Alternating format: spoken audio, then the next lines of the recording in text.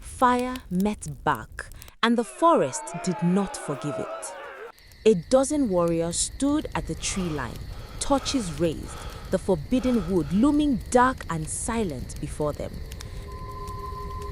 Their captain reminded them plainly that the regent had ordered this. The cursed wood burned to the ground, every root, every branch, nothing left standing.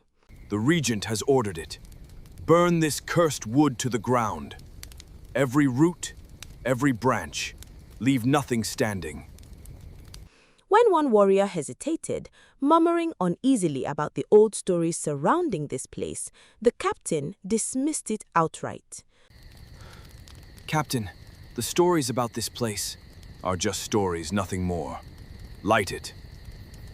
Torches touched oil-soaked bark. Flame caught quickly, crawling up ancient trunks that had stood since before the kingdom had a name. For a moment, nothing happened. Then the first tree screamed. Not with sound exactly, with a groan so deep it rattled through the warriors' chests, a sound older than language itself. The ground beneath their feet shuddered. Roots, thick as a man's waist, tore free of the soil and began impossibly to move. Someone shouted that the ground itself was moving. The captain backed at them to hold their positions, insisting it was nothing, but he never finished the thought. Captain, the ground! Hold your positions! It's only...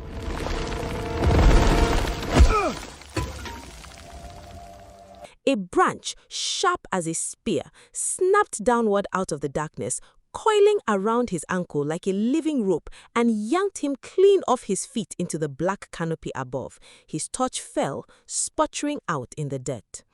Another warrior turned to run and never made it 3 steps. Vines erupted from the earth, wrapping tight around his wrist, dragging him backwards into the undergrowth, his cry for help swallowed almost instantly by the dark. Somewhere behind him, another voice screamed that something had taken their brother, that something had him, before that voice too went silent. Chaos broke entirely. Warriors scattered in every direction, torches falling and guttering out one by one as the darkness thickened unnaturally around them, swallowing flame after flame, until the only remaining light came from a single vein of golden sap, pulsing faintly, furiously, deep within the oldest tree of all, the very one they had been sent specifically to destroy. 2 warriors broke free of the tree line entirely, crashing blindly through the undergrowth, leaving their fallen behind without a second glance. They reached the palace gates by morning, wild-eyed, shaking, half out of their minds, babbling of trees that walked, vines that snatched men by the wrist and ankle, roots that dragged their brothers screaming into the earth and did not give them back. No one who had sent them would believe a single word of it. But somewhere deep in that forest, something ancient had simply protected what was hers to protect, and she was already on her way home. Welcome to Folktales with Oni. Before we continue, please subscribe to the channel. Your support means a lot. Thank you. Now, let's continue the story. The palace was unlike anything Amara had ever imagined. Towering walls of pale stone, carved pillars taller than any tree near her village, gold catching sunlight at every corner. She walked through it with her chin lifted, refusing to let its grandeur shrink her the way the village always had. She was led into a wide hall where King Obiora sat upon his throne, flanked by a row of chiefs. Among them sat Okonkwo, elevated now to a chief's seat, his old sneer entirely unchanged, and beside him an elderly chief named Elua, frail but sharp-eyed, watching her with open suspicion. Elua rose first, his voice trembling with age and alarm, demanding to know whether the king understood who exactly stood before her. My king, do you know who this is? This is the forest child, the one they whisper is cursed. Okonkwo added his own warning quickly, insisting he had known her family for years and that no good had ever come from where she was born. I have known her family for years, my king. No good has ever come from where she was born. And has either of you a cure for my son? Then you will be silent, and I will hear her.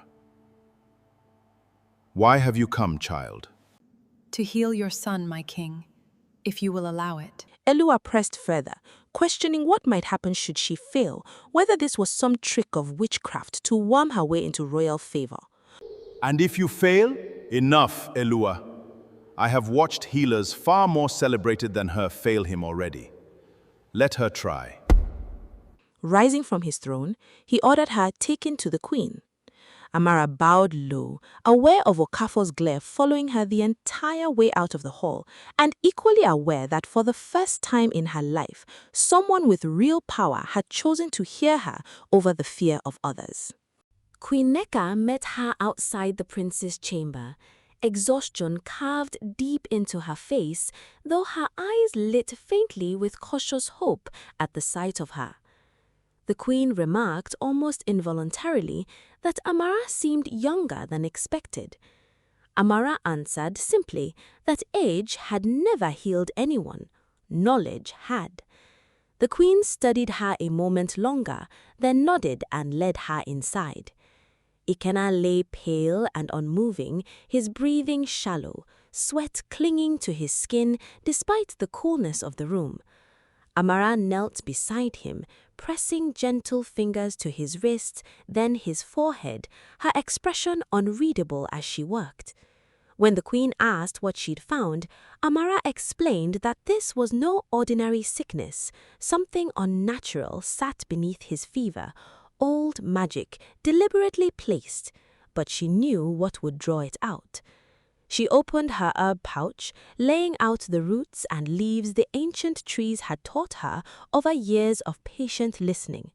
Bitter leaf root for poison, a pale curling curb for exhaustion of the blood, and a rare glowing sap flower petal she had carried carefully wrapped since leaving the forest. Asked what she needed, Amara requested only clean water, a low fire, and patience, explaining the treatment would take 3 full days and that she could promise her nothing more than that he would fight harder with her help than without it. The queen admitted quietly that this was more than anyone else had offered her in a week. Amara began grinding the herbs into a thick paste, murmuring softly under her breath, not quite prayer, not quite instruction, but something the trees themselves would have recognized as their own quiet language passed on through her.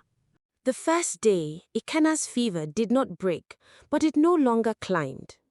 Amara sat beside him through the night, replacing cool cloths on his forehead, holding crushed sapflower petals beneath his nostrils, so their faint golden scent might ease the poison working through him.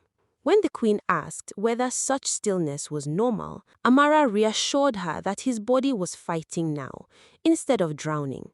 Stillness meant he was finally listening. By the second day, his breathing had deepened, his skin regaining faint warmth.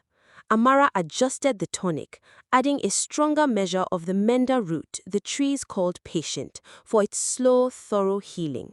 King Obiora, entering quietly to watch over his son, mentioned that Chief Elua still whispered she had bewitched him further rather than healed him. Chief Elua still whispers that you've bewitched him further, not healed him. Then let him watch a little longer, my king. Fear rarely survives good evidence. By the third morning, Ikenna's eyes fluttered open. Disoriented, he murmured for his mother, who rushed to him, weeping with relief. Mother? My son. Oh, my son. He looked past her briefly, to the girl kneeling quietly at his bedside, silver hair catching the morning light through the window, and asked weakly who she was. Who are you? Someone who was asked to help. Rest now, my prince. You're safe. Outside the chamber, word spread through the palace like wildfire. The prince had awoken. The healer girl with the silver hair had done what a dozen renowned physicians could not. Within a week, Ikenna was fully recovered, walking the palace halls, eating heartily, laughing again in a way that had the whole court sighing with relief. King Obiora summoned Amara before the full council, and this time, even Chief Elua said nothing. The king named her head healer of the kingdom, physician to the royal family, and to any who needed her within the palace walls. From this day, you are named head healer of this kingdom, physician to the royal family, and to any who need you within these walls. A murmur rippled through the hall, some approving, some still uneasy, though none dared voice it aloud. Servants entered bearing gold jewelry, bolts of fine cloth, baskets of grain, even 2 goats led on rope, the king insisting she would not leave empty-handed. Amara bowed and thanked him, but explained she had not come for gold or goats. My king, I am grateful. But I did not come for gold or goats. I came because your son was dying, and I could help. That is enough payment for me. Surprised, the king asked whether she would truly refuse a king's gratitude. I would ask, instead, only to be allowed to keep helping your people, not only your family. That is worth more to me than gold. The king studied her for a long moment, something like genuine respect dawning in his tired eyes. Then it will be so. Take nothing, if that is your wish. But know my gratitude follows you regardless, whether you carry it home in your hands or not. Amara bowed once more and left for home, unaware that a prince now recovering in his chambers had already begun asking servants quietly where exactly the healer girl lived. Ikenna found her a week later at the edge of the village, kneeling beside an old man whose swollen knee had kept him from walking for months. You didn't tell me you still worked among the commoners, even after being named head healer? Why would that change? The village needs healing more than the palace ever will. He watched her finish wrapping the old man's knee, instructing him gently on how to strengthen it day by day, refusing the small handful of coins the man's daughter tried to press into her palm. When he asked to walk with her, hoping to understand her better, she pointed out that he was a prince and doubted anyone had ever told him no. May I walk with you? I'd like to understand you better. You're the prince. I doubt anyone has ever told you no. You could be the first. She allowed it, and they walked together through the village as she visited 3 more homes: a child with a stubborn cough, a woman recovering from childbirth, an elderly farmer with failing eyesight. At each stop, Ikenna watched quietly, comparing what he saw to memories of Adaeze at that very stream months before, shattering pots, laughing at fear she'd caused. You treat them like they matter. Because they do. I used to believe everyone in this kingdom believed that. I'm learning otherwise. Something in the way he said it told Amara he wasn't only speaking of his people. Ikenna's visits to the village became frequent, then constant, always framed as royal duty, checking on his people's welfare, though few were fooled, least of all Adaeze.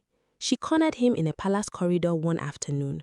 You've barely spoken to me in weeks, Ikenna, yet I hear you've visited that forest girl nearly every day. She has a name, Adaeze, and I visit because her work matters. Her work. Is that truly all it is?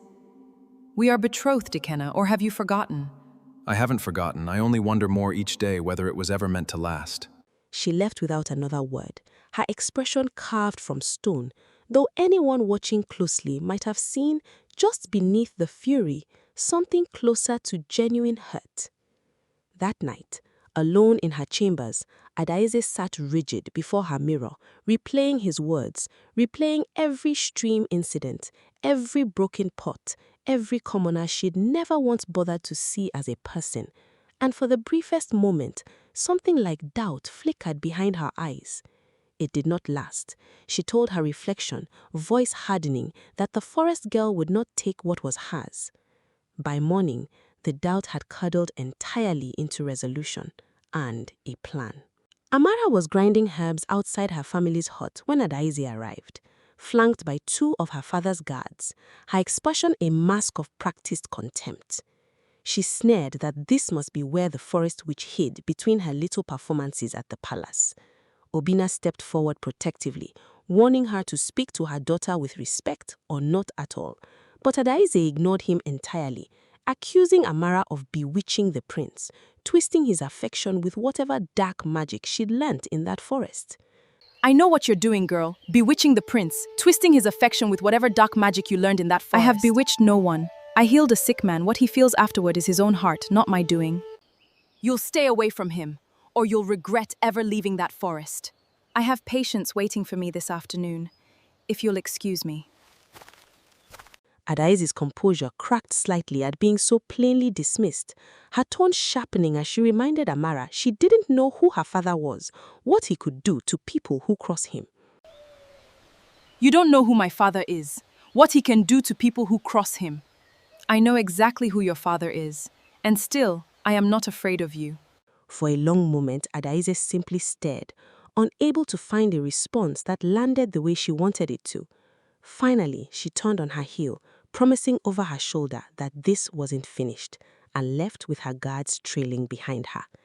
Ngozi was stood, visibly shaken by the exchange, but Amara remained entirely unmoved, already returning to her herbs as though nothing at all had happened. Ikenna requested an audience with his father that same week, his resolve finally settled. Father, I want to end the betrothal to Adaize. That is not a small request, my son. It touches the stability of this kingdom. I understand the weight of it, but I cannot marry someone I do not respect, let alone love. I've watched her cruelty toward our people for years and said nothing. I won't be silent any longer. Is this about the healer girl? It's about who I've become certain I don't want to marry. Amara has only shown me clearly what I already suspected long before I met her. Give me time to speak with Okonkwo first. This must be handled carefully. Thank you, Father. I only hope carefully will be enough. He had known Okonkwo since childhood, trusted him, elevated him, called him friend for decades despite his sharper edges. He did not yet know how thin that old friendship had truly worn. King Obiora summoned Okonkwo privately the following morning, telling him plainly that Ikenna wished to end the betrothal to his daughter and that he would not force his son into a marriage he could not honor. Old friend, I must speak plainly. Ikenna wishes to end the betrothal to your daughter. I will not force him into a marriage he cannot honor. You call this plain speaking? This is an insult to my daughter. 30 years. It was never meant as insult, Okonkwo. It is simply the truth of my son's heart. You would humiliate my family over some forest girl with unnatural hair? I would spare my son a marriage built on nothing but old arrangement. Surely you understand that. Okonkwo said nothing further. He arose, bowed with cold, exaggerated formality, and walked out without another word, though the look he cast back at the king from the doorway carried a promise far darker than mere disappointment. That evening he rode to the edge of the kingdom, to a crooked hut where Ekwome, the notorious medicine man, waited with his rattling talismans and yellowed, knowing eyes. The king has insulted my family, broken my daughter's betrothal for that forest witch's sake? And what would you have me do about it, old friend? Whatever it takes. And when I sit on that throne, you will be the kingdom's chief physician. Then let us discuss exactly what kind of sickness a king cannot survive. It began quietly. A headache the king dismissed, a tremor in his hand he blamed on age. Within days, King Obiora could no longer rise from his bed, his mind clouding, his once steady voice reduced to confused murmurs. Physicians examined him and found nothing they recognized, no fever, no wound, only a slow, unnatural fading that defied every remedy attempted. Desperate, Queen Nneka called for Amara to be sent for, insisting she had saved her son and might save her husband too. Send for Amara. She saved our son. Perhaps she can... The law is clear, my queen. Until the prince marries, I govern in the kingdom, and I have already decided how this matter will be handled. Alarmed, Ikenna demanded to know what matter, insisting his father needed Amara's help. What matter? My father needs Amara's help. Your father needs protection from the very witch who likely caused this affliction in the first place. That's absurd. She healed me. She would never. The law grants me authority now, Ikenna. Not you. Not until you're married. And clearly that arrangement has fallen through entirely, hasn't it? He turned before Ikenna could respond further, already issuing orders to guards waiting just beyond the chamber door, commanding them to bring him the forest girl and her family immediately. Behind him, Queen Nneka clutched her husband's limp hand, tears silent and furious, while Ikenna stood frozen, only beginning to understand how completely the ground beneath the entire kingdom had just shifted. Guards arrived at Amara's home by nightfall, their expressions grim, their spears no longer an escort but a threat. They announced that by order of the regent, she and her family were banished beyond the kingdom's borders, effective immediately. By order of the regent, you and your family are banished beyond the kingdom's borders, effective immediately. On what grounds? She healed the prince! On grounds of witchcraft against the crown. The king lies dying of unnatural sickness. The regent believes her responsible. Ngozi cried out that it was a lie, that Amara would never do such a thing. That's a lie! She would never! Mother, don't. We'll gather what we need. They were permitted only to gather what they needed before being marched from their home under torchlight, villagers watching from doorways with expressions ranging from pity to quiet, ugly satisfaction. Okafor's smug face stood among them, though even he said nothing this time. By the time they reached the tree line of the Forbidden Wood, guards refusing to escort them any further, Amara felt something settle strangely calm within her chest. Obina, bitter and exhausted, remarked that they'd been banished after everything she had done for the kingdom. Banished? After everything you did for them? We're not banished, Papa. We're home. They stepped beneath the trees together, the ancient branches seeming to lean inward as if in welcome, and somewhere deep within the forest, the golden sap along the great Iroko's back began, very faintly, to pulse. Neoma found Prince Ikenna 2 nights later, breathless, having slipped past the new guards Okonkwo had posted throughout the palace. My prince, I must speak with you. Alone. Neoma, what's happened? I overheard Okonkwo speaking with Ekweme. They poisoned your father. They mean to keep the throne, and if you marry anyone but Adaize, they mean to remove you too. You're certain of this? I heard it with my own ears, my prince. They banished Amara to silence the one person who might have healed your father and expose them both. Find Obiechina and Kelechi.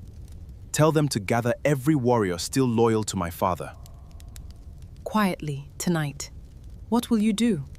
What I should have done the moment my father fell ill. I'm going after Amara myself. By dawn, a small band of loyal warriors rode from the palace under cover of a force hunting expedition, Ikenna at their head, his heart set on a forest few in the kingdom dared enter, and on the girl who had already saved his life once before. Word of the prince's departure reached Okonkwo within hours.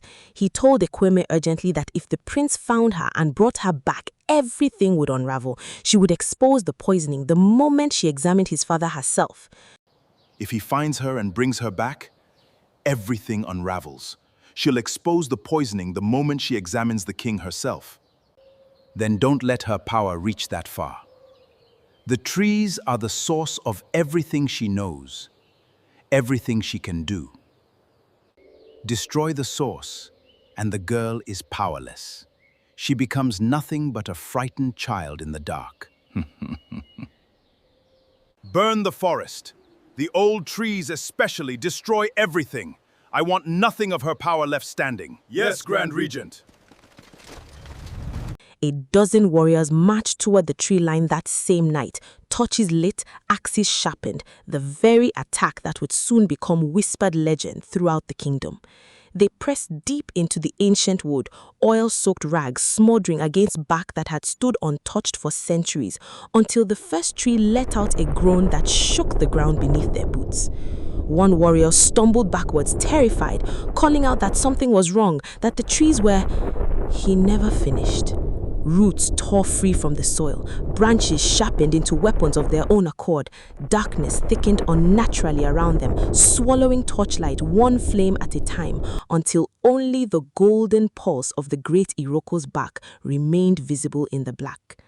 By morning, only a handful of warriors staggered back through the palace gates, wild-eyed and incoherent, babbling of trees that moved and roots that dragged men screaming into the earth. Deep within the forest, entirely undisturbed, Amara knelt beside the great Iroko, one hand pressed gently to its back, quietly thanking it. The ancient voice rumbled low and protective in response, promising that no harm would come to what was theirs to protect, not while they still stood. Thank you so much for watching. If you enjoyed this story, please subscribe to Folktales with Oni. Your support helps us bring you more amazing African folktales. Part 3 is coming soon, so stay tuned. And before you go, click on the recommended story and enjoy another tale. Until next time, thank you for watching.